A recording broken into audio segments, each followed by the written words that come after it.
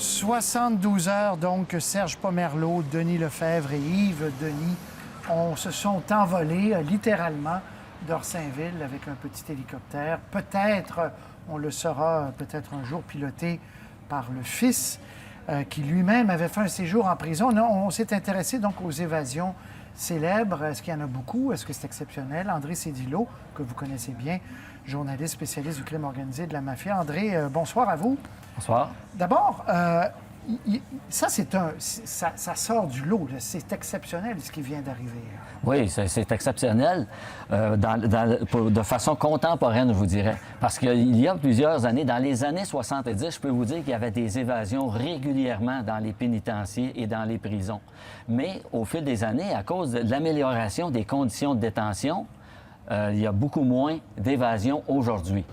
Des évasions spectaculaires comme celle-là sont rarissimes. Et je vous dirais que les évasions qu'il y a dans le moment, c'est surtout, on appelle ça, le service correctionnel, dans ses statistiques, appelle ça des fuites en douce. Parce que ce sont souvent des détenus qui ont des permissions de sortir pour un soir ou 3 jours et ils ne rentrent pas à la prison. Soit ils sont accompagnés d'un gardien ou pas. C'est ça, mais c'est des évasions pareilles. On appelle ça des fuites en douce. OK. Carroll, Hells Angels, printemps 2001. Lui, est-ce qu'il s'est évadé, David Carroll? Non, David Carroll, lui, c'est un fugitif dans le sens que ça fait 11 ans. C'est pour ça que c'est un cas intéressant, si on peut comparer. C'est que David Carroll, lui, depuis l'opération Printemps 2001, il est considéré comme un fugitif. Son nom est partout sur Interpol. Il est recherché. Sa photo est partout. Parce que c'est ça, exactement. Quand les policiers ont fait la rafle de Printemps 2001 qui a arrêté des centaines de motards, lui, il n'était pas là. Et depuis ce temps-là, on ne l'a jamais revu non plus. Et la police n'a jamais été capable de le rattraper. Donc, c'est un cas où il a pu, lui, avec l'aide d'autres Hells peut-être, ou d'une communauté internationale, s'enfuir, peut-être changer de son apparence, quoi? Carroll, les dernières fois qu'on a entendu parler de lui, là, c'est en 2012. Son nom est ressorti dans les médias en 2012 quand on a arrêté Michael Lajoie-Smith, un de ses collègues, un autre Hells Angels, mais au Panama cette fois-là. Donc, lui, Carroll, semble-t-il, selon les dernières informations, il s'est promené d'un pays à l'autre. Il est allé en Amérique du Sud. On pense qu'actuellement, il serait peut-être au Mexique, selon des documents officiels. Bon. Les cas où les gens ont creusé des tunnels, où ont escaladé des clôtures, tout ça, c'est terminé, ça. L'hélicoptère d'il y a 72 heures devient l'exception. On n'a pas vu ça au Québec, là, des gens qui se sont sauvés comme ça. Comme vous dites, c'est des permissions, les gens ne reviennent pas, ou des fugitifs. En général, c'est ça. Depuis quelques années, il n'y a plus d'évasion spectaculaire. Comme je vous dis, c'est parce que, d'abord, parce que les conditions de détention sont meilleures qu'à l'époque.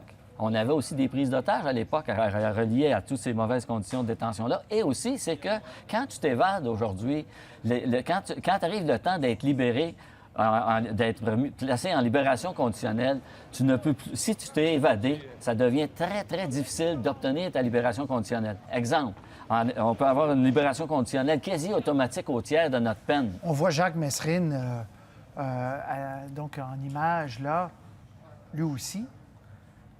Jacques Massin, oui, mais ça, c'est de regarder dans quelle année. Ça, c'est les années 70. Comme je vous disais tantôt, il y en a eu, dans les années 70, il y en a eu qui se sont évadés aussi avec des camions à benne. Il y en a d'autres qui s'évadaient de toutes les façons imaginables. Mais c'est passé ce temps-là, justement à cause des libérations conditionnelles. Une bétonnière à Donnacona aussi. Une bétonnière à Donnacona. Il y a Papillon aussi. On a même sorti des images de Papillon. Donc, dans l'histoire, l'imaginaire, il y a des grandes évasions. Alors, revenons à nos 3 fugitifs. La meilleure place pour eux, pour se cacher, c'est les États-Unis, c'est l'Amérique centrale, c'est l'Europe? Bien, au départ, je ne pense pas qu'il ait quitté le pays actuellement. C'est ce que les bulletins de nouvelles nous disent. On nous dit qu'il serait encore au Québec et c'est fort plausible. L'important, c'est que ce soit bien planifié, qu'il y ait beaucoup d'argent. Ça prend de l'argent. Puis en même temps, ce que ça prend, c'est un peu de chance. Parce que pour eux autres, le pire, là, ça va être les 2-3 premières semaines. Il faut qu'ils restent cachés. Parce que là, la traque est commencée. Les policiers, vont épuiser toutes les informations qu'ils peuvent obtenir pour les pourchasser. Donc, il faut que, dans le moment, plus tard, avec de l'argent, sont capables de rester, en cavale assez longtemps. L'équipe nous parlait ce matin, moi, je ne l'ai pas vu, la série Prison Break. On dit que ça ressemble vraiment. C'est un cas, là, où la réalité dépasse la fiction, là, depuis 72 heures. L'hélico, le fils qui est allé dans la même prison, aller repérer peut-être les lieux, c'est hors du commun. Là. Ah, là, c'est clair que une évasion aussi spectaculaire en hélicoptère comme ça, c'est planifié.